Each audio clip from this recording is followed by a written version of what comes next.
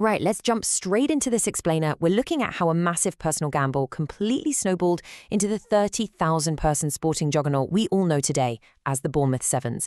If you're into grassroots sports, huge live music lineups, and frankly just incredible stories of business resilience, you are in the exact right spot.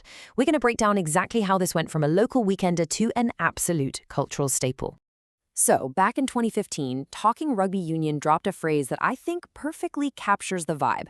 The sporting Glastonbury. And honestly, they hit the nail on the head. We aren't talking about a few mates having a casual Sunday kickabout here. No way.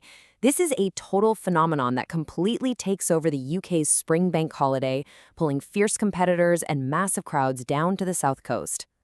And hey, because it is a UK bank holiday, you've got to face the classic British reality, the weather. Looking at the forecast for the 2026 dates, May 22nd to the 24th, we're seeing highs of 21 degrees.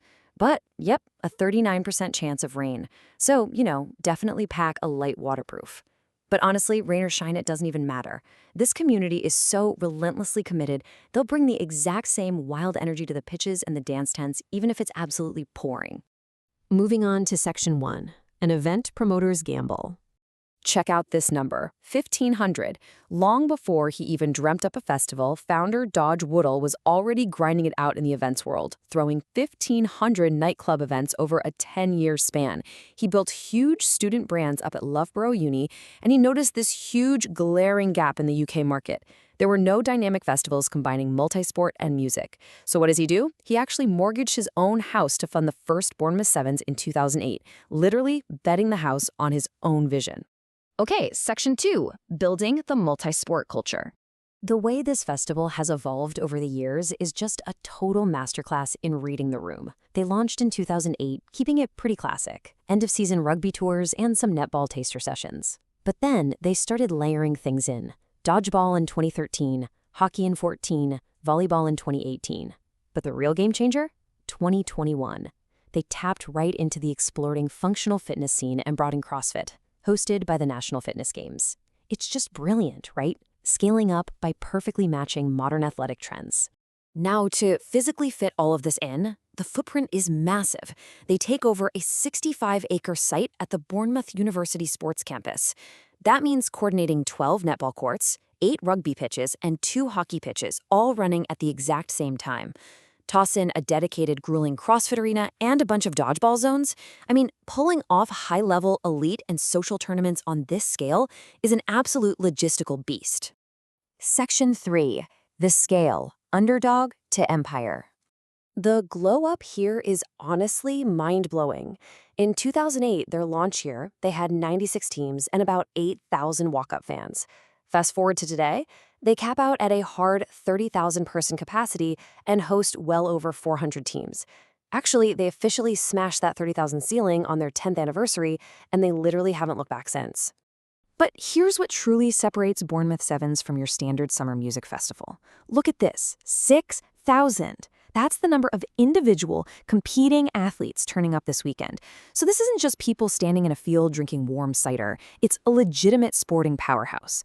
You've got 6,000 people who have trained for months, traveling with their squads, absolutely battling it out during the day before entirely switching gears to celebrate in the festival tents at night.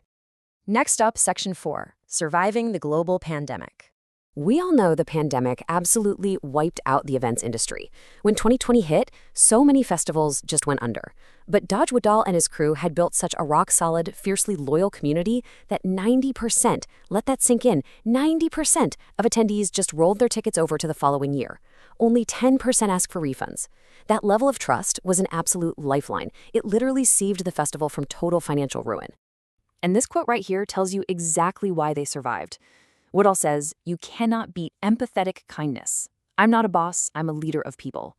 Instead of making ruthless cuts when things got dark, he looked out for his staff. The big takeaway here? Empathy breeds absolute loyalty. Because he protected his core team, they moved mountains for him in 2021. When restrictions finally lifted, they managed to hire 800 temp staff in just 42 days and pulled off what many say was their best event ever. Section 5, spin-off success, the event crowd.